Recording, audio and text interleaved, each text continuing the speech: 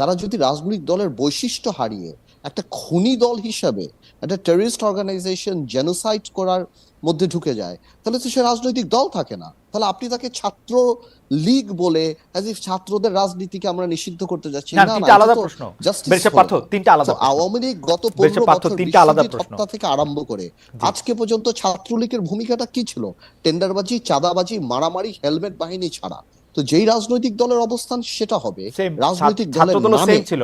তাহলে তো তাকে ব্যারিস্টার তো পার্থ, কোথাও ঢাকা ছাত্রদলও সেম ছিল। ইউনিভার্সিটি কেন, শুধু কোথাও রাজনীতি ছাত্রদলও করার সেম নৈতিকতা ছিল। রাখে না, নৈতিক অবস্থান থাকে না। ছাত্রদলও সেম ছিল। নট নট নেসেসারিলি যে তাদেরটা। তো আপনি যদি মনে করেন, এবং দায়বদ্ধতা তখন আসবে যখন বিচারের কাছে উঠবে, যেটা আহ, আমাদেরকে বললো, আমাদের ভাই সাকিব ভাই বললো, দায় তো আমরা টেনে নিয়ে আসবো, উঠানো দরকার নাই, বিচারের কথা দরকার নাই।